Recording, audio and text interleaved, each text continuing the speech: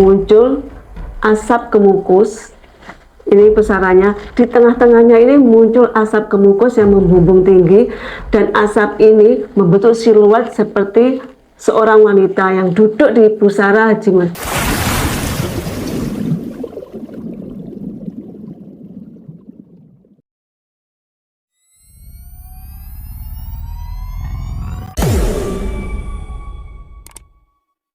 Assalamualaikum warahmatullahi wabarakatuh. Masih dengan saya Erna Abadi.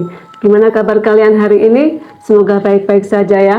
Karena cerita kali ini agak serem. Kematian. Pada hakikatnya kematian adalah terpisahnya ruh dari jasad kita. Dan semua makhluk di dunia ini pasti akan mengalami yang namanya kematian. Dan bagaimana kematian kita adalah tergantung pada amal perbuatan kita sehari-hari. Dan seperti apa cerita kita kali ini? Yuk kita langsung cus ke ceritanya. Diceritakan oleh narasumber kita yang bernama Mas Yon. Sebut saja namanya Mas Yon. Dia menceritakan kalau tahun 70-an itu, pada waktu itu dia masih SMP kelas 2, dia mempunyai tetangga yang bernama Haji Mun. Rumahnya ini dempet sama Mas Yon. Jadi rumahnya Mas Yon, rumahnya Haji Mun, gang, terus sebelahnya kebonan. Haji Mun ini berprofesi sebagai tukang kredit, jual beli barang, dan juga meminjamkan uang. Tapi lebih banyak meminjamkan uangnya daripada mengkreditkan barang, yang biasanya dipanggil sebagai rentenir gitu, Mbak R. Jadinya suatu hari malam itu saya masih ingat kalau saya waktu itu malam minggu duduk di teras bersama bapak. Dari arah selatan ada Bu Rita. Bu Rita ini cucunya Haji Mun. Dia memang sering ke rumah Haji Mun untuk mengecek Haji Mun kesehatannya ataupun apa yang diperlukan oleh Haji Mun. Aku lihat dia membuka pagar rumahnya itu, mengetuk pintu sampai lama. Dia sepertinya nggak ada yang menyaut dan nggak ada yang buka pintu. Setelah lama nggak terdengar sautan, Bu Rita ini membuka pintu rumah Haji Mun. Dia ini sebenarnya curiga, sudah malam kok rumah Haji Mun ini masih gelap, rumah mbahnya ini masih gelap. Yang terang ini cuman kamarnya Haji Mun. Bu Rita masuk ke kamar Haji Mun. Bu Rita melihat Haji Mun selonjor di kasur dengan kepalanya miring ke kiri dan mata terpejam. Bu Rita membangunkan Haji Mun. Mbah, bangun Mbah. Tapi kok tangannya dingin, kata Bu Rita gitu. Setelah dilihat tangannya dingin. Terus nadinya diperiksa, nggak berdetak. Mungkin ada 5 menit, kemudian saya mendengar orang lari tergopah-gopah menuju ke rumahku. Pak Imam, tolong Pak Imam, itu mbahku kenapa ya Pak Imam? Akhirnya bapak ke sana. Aku membuntuti dari belakang. Tapi bapak itu tidak berani masuk, cuman ada di depan pintu. Berita kan masuk duluan di kamarnya Haji Mun. Terus Berita keluar lagi. Loh Pak Imam, ayo masuk, lihat mbah itu kenapa? Mbah itu kok dari tadi cuma diam saja, tak bangunin, enggak bangun-bangun, terus tangannya ini dingin Pak Imam. Coba Pak Imam lihat. Bapak memeriksa nadinya Haji Mun, terus menoleh ke Berita. Berita kayak nggak berdetak. Bapak memanggilku, Yon, sini Yon, coba kamu ke Pak RT, bilang sama Pak RT, suruh Pak Mantri Taufik ke sini. Terus ibumu suruh ke sini, aku mau menghubungi keluarga Bu Haji Mun. Aku lari-lari ke rumah mengambil sepeda mini. Karena kalau rumahnya Pak RT ini lumayan jauh kalau jalan kaki. Terus aku singkat cerita, aku ke rumah Pak RT dan mengatakan apa yang diamanatkan Bapak. Pak Mantri ke rumah Haji Mun memeriksa dan dinyatakan secara medis Haji Mun ini sudah meninggal 3 jam yang lalu. Pak RT lalu ke musola untuk mengumumkan kalau Bu Haji Mun sudah meninggal dunia. Akhirnya semua kampung heboh. Ibu dan Bu Rita langsung bersih-bersih rumah. Takutnya ada pelayat datang. Kulihat Bu Rita dan ibu ada di kamarnya Haji Mun untuk bersih-bersih kamarnya Haji Mun. Aku juga melihat Bu Rita waktu itu mengeluarkan black kongguan. Tahu kan kalian black kongguan itu? Pas dibuka, tak pikir waktu itu rengginang ataupun kerupuk. Tahu nggak kamu apa? Ternyata Mbak Erna, itu uang 1 black penuh, uang kertas itu, bukan uang receh, 1 black penuh. Bahkan di bawah itu sampai ada yang kayak lembab hampir jamuran itu, saking banyaknya uangnya Haji Mun. Buku untuk tagihan-tagihan itu juga ada uang-uangnya. Aku kemudian membantu ibu mengeluarkan kursi-kursi. Tapi tak lama kemudian pelayat-pelayat pada berdatangan dan bapak-bapak juga berdatangan untuk membantu mengeluarkan kursi-kursi untuk tahlilan. Aku melihat ibu-ibu ada yang membantu meronce bunga, terus menggelar tikar, ada yang memasak air, dan juga mengukur kain kafan dan juga menjahit. Kematian Haji Mun yang mendadak ini sangat mengagetkan orang banyak. Karena tadi sore aku juga melihat Mbak Era, kalau Haji Mun ini keluar dari pagar, dia seperti biasanya membawa tas dan juga membawa buku tagihan. Ternyata pelayat-pelayat itu yang kebanyakan juga notabene konsumennya Haji Mun, mereka juga bercerita kalau habis bayar sama Haji Mun, juga habis bercanda sama Haji Mun, dan kelihatannya Haji Mun juga segar bugar, nggak kelihatan kalau sakit. Aku dikasih sama Bu Rita tali untuk membuat liang lahat di kuburan. Karena bapak sudah sampai kuburan, akhirnya aku menyusul ke kuburan. Dan pada saat itu terjadi insiden. Setelah jenazahnya Haji Mun ini sudah dibersihkan, dimandikan, dikafani, dan disolati, tiba saatnya memasukkan jenazah Haji Mun ini kan ke liang lahat. Ternyata pas dimasukkan ke liang lahat ini terjadi insiden, nggak cukup, ukurannya ini nggak pas. Kemudian bapak-bapak mencangkul lagi, dimasukkan lagi, nggak cukup lagi. Itu kejadian sampai 4 kali. Karena bapak-bapak sudah lelah dan juga jam sudah menunjukkan sudah malam. Jadinya bapak-bapak berembuk sama keluarga. Atas kesepakatan bersama, akhirnya pas waktu jenazah Haji Mun ini dimasukkan di liang lahat, ditekuk sedikit. Alhamdulillah penguburan selesai. Ternyata besok paginya terjadi kehebohan. Terdengar kasak mesuk di kampung kami kalau tadi malam yang memandikan jenazah Haji Mun, Bakar, Bano, dan Bamus, itu sama kejadiannya. Di rumahnya itu ada yang mengetuk pintu dan mencakar pintu rumahnya. Pas dibuka ternyata nggak ada orang. Itu sama kejadiannya, mereka bertiga ini sama. Setelah banyak yang bercerita seperti itu, yang meronce bunga di teras Haji Mun tadi malam juga speak up kalau pas waktu mereka meronce bunga ada yang melempar pasir. Dilihat nggak ada orang, nggak tahu siapa yang melempar. Ternyata kejadian teror dari arwah Haji Mun ini nggak berhenti pada malam itu. Banyak kejadian-kejadian dan setiap penduduk ini punya versi-versi sendiri dari penampakan dari Haji Mun. Jadi mereka punya cerita sendiri-sendiri. Seperti Mbok Nur. Mbok Nur ini mencuci di sungai. Dia bersama Mbak Lila mencuci di sungai. Waktu itu jam 5.30. Memang biasa penduduk kampung ini mencuci di sungai. Karena sungai itu sudah ada penerangannya, jadi mereka nggak takut. Asik dia mencuci sama Mbok Lila.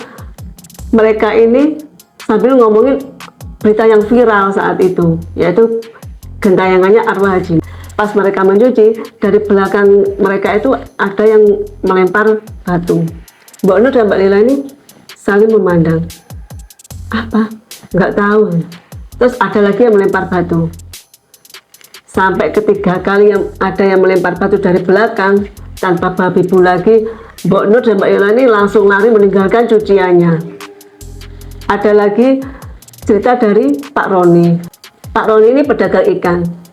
Dia sudah biasa tiap hari jam 1 malam pergi ke pasar untuk menjajakan ikannya. Pada malam itu, seperti biasanya, dia pergi ke pasar jam 1 malam. Karena posisi rumah Pak Roni ini di tengah kampung, pada saat itu pada tahun 70-an, kampung kami ini yang belakang ini masih sawah. Kalau sekarang sudah penuh penduduk. Sawah, jadi otomatis akses ke jalan raya cuma melewati gangnya Haji Mun ini. Setelah siap-siap, Pak Roni ini berangkat. Dari kejauhan dia melihat kalau di pintu gang itu ada seorang perempuan berdiri.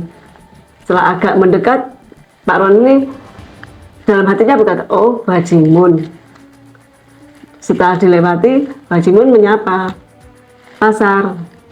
Iya Baji. Sedetik kemudian Pak Roni baru sadar kalau Haji Mun ini sudah meninggal. Langsung dia ngegas melajukan motornya sekencang-kencangnya ke pasar. Dan yang paling keteror ini adalah yang punya sangkutan hutang. Banyak dari penduduk kampung kami kan konsumennya Haji Mun. Jadi mereka ini hampir tiap hari diteror, mulai dari bau wangi, bau busuk, pintu diketuk, terus yang paling ekstrim ini Gusal.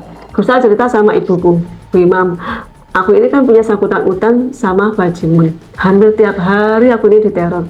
Yang paling parah itu kejadian malam Jumat, yaitu mulai mari maghrib sampai jam 10 malam. Kamar mandiku itu kan dua, yang satu itu seperti ada orang yang mandi, terus mainan air, ciblungan kata orang Banyuwangi, ciblungannya itu dibuat mainan, itu air dimasukkan, dikeluarkan, dimasukkan, dikeluarkan, itu namanya ciblungan. Sampai anakku ini ketakutan dalam hati, ya Allah Hajimun, sudahlah Hajimun, aku mau deh melunasi hutang-hutangnya, pokoknya udah jangan diteror lagi kami. Anakku ini yang kasihan.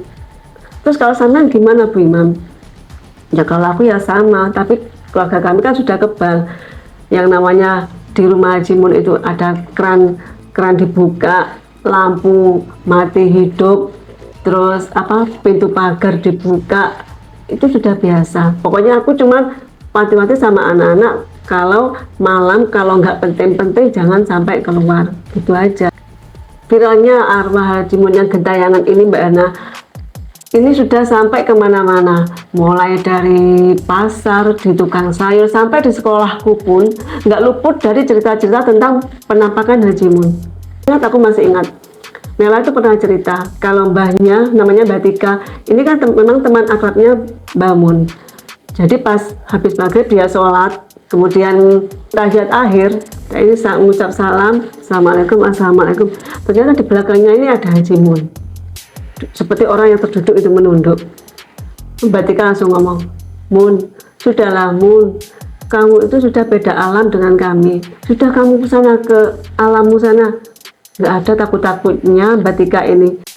Plot twist ceritanya ada di sini, yaitu pas pada saat kejadian 4 pemuda kampung, Santoso, Nono, Murti, dan juga Joko.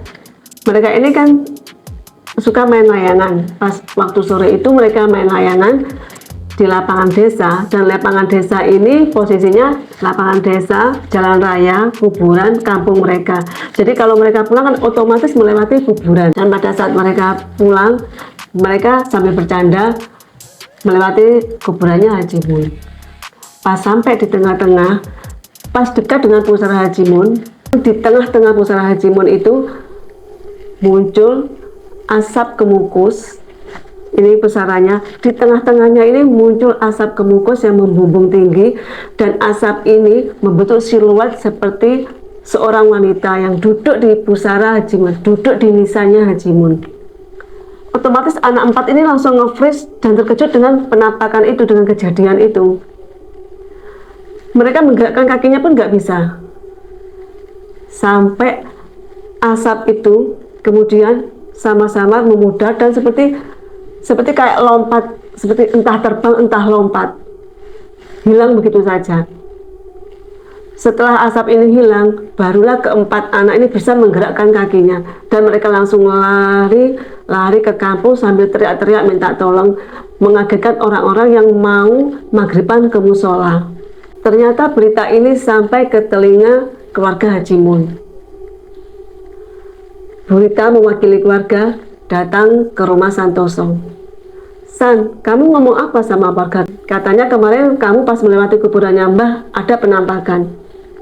Mana buktinya, San? Santoso terdiam. Diam aja dia sampai memainkan tangannya. Makanya San, kalau nggak ada buktinya jangan ngomong, San. Biar nggak tambah ricuh keadaan ini. Aku mendengar kok semua apa yang diceritakan orang-orang itu, aku mendengar. Panas di telingaku, kasihan mbahku, San. Ayo kita buktikan benar apa enggak omonganmu. Ayo panggil semua teman-temanmu. Akhirnya Santoso ini memanggil teman-temannya yang untungnya rumahnya ini di lingkupan satu lingkup rumahnya. Nah mereka sama-sama ke kuburan. Keempat orang pemuda ini, Santoso CS dan juga Berita dan suaminya. Karena mereka beriringan ke kuburan, akhirnya kan orang-orang yang biasa duduk di teras rumahnya ini ke-trigger untuk mengikuti mereka. Ada apa ini? Jadi mereka ke-trigger untuk ikut ke kuburan. Setelah tepat jam 5.30 seperti waktu kemarin, dari atas pusara bangun itu ternyata ada lubang sebesar kelereng. Jadi seperti kemarin muncul asap membumbung. Sebelum asap itu membumbung tinggi, ada salah satu warga yang membawa blekongguan kosong dan menutup asap itu. Dan apa yang terjadi? Asap itu berbunyi seperti lonceng kalungnya sapi itu, keluntung gitu. Asap itu, semua yang ada di situ langsung terkejut dan terkesiap. Nggak ada yang berani ngomong, cuma diam saja melihat apa yang terjadi di depan mata mereka. Kemudian dari kerumunan itu menyeruak Mbak Tika. Mbak Tika jongkok sambil mengeluarkan klip dari sakunya. Dan Mbak Tika ini ternyata membawa kain hitam, benang hitam, jarum, dan juga kacang hijau. Sambil mendekati nisannya Haji Mun bagian kepala, dia berkata, "Ji, jangan keluar-keluar sebelum kacang hijau ini berkecambah. Dan sambil menunggu kacang hijau ini berkecambah, kamu kuberi kain untuk menjahit ya, Ji." Kemudian dia menyelipkan klip itu ke bawah ke tanah kuburannya Haji Mun. FBI, ternyata kacang hijau ini sudah disangrai, jadi sampai kiamat pun nggak akan berkecambah. Dan alhamdulillahnya setelah kejadian itu nggak ada lagi cerita-cerita tentang penampakan Haji Mun. Sampai 40 harinya baru ada kejadian lagi. Mbak Tika ini ternyata didatangi sama Haji Mun, tapi dengan penampakan yang berbeda. Kera putih. Mitos di kampung kami, di desa kami mungkin ya, di desa kami kalau ada arwah yang bergentayangan selama 40 hari dan ke 40 harinya ini dia akan jadi kera putih dan akan pergi ke hutan. Dan samar-samar terdengar suara tangis Bu Rita. Saya atas nama keluarga meminta maaf sebesar-besarnya atas kejadian ini. Ini di luar kuasa kami, kata Bu Rita seperti itu. Maafkan Mbak saya, barangkali Mbak saya punya salah, dan saya juga atas nama keluarga melunaskan semua hutang-hutang warga yang barangkali masih punya sangkutan hutang sama Mbak saya. Kemudian Bu Rita menyalami satu persatu orang-orang itu, orang-orang yang ada di kuburan itu. Terus Pak RT bicara, sudah Bu Rita, kami memaafkan semua kejadian ini di luar kuasa kita. Saya rasa ini adalah jin koring yang memanfaatkan tubuhnya Mbak Mun saja. Ayo kita semua berdoa, semoga Mbak Mun diterima semua amal ibadahnya. Ayo kita semua berdoa Al-Fatihah. Akhirnya semua yang di sana Al-Fatihah. Setelah membaca Al-Fatihah dan mereka semua membubarkan diri. Itulah guys, cerita dari Mas Yon. Apa yang kamu dapat dari video ini? Kalau aku hikmah yang aku ambil dari video ini adalah baik-baik kita hidup. Karena hidup ini cuma 1 detik. Nyawa kita ini cuma per detik. Makanya jangan kau gadaikan akhiratmu hanya untuk kepentingan nafsu saja. Terima kasih sudah menonton video ini sampai tuntas. Like jika kalian suka dengan video ini dan komen yang positif. Jangan lupa jaga kesehatan dan mental kalian. Oh ya, jangan lupa cek di playlistku, barangkali ada video-video yang belum kalian tonton. Jaga mental dan kesehatan kalian, jangan lupa subscribe.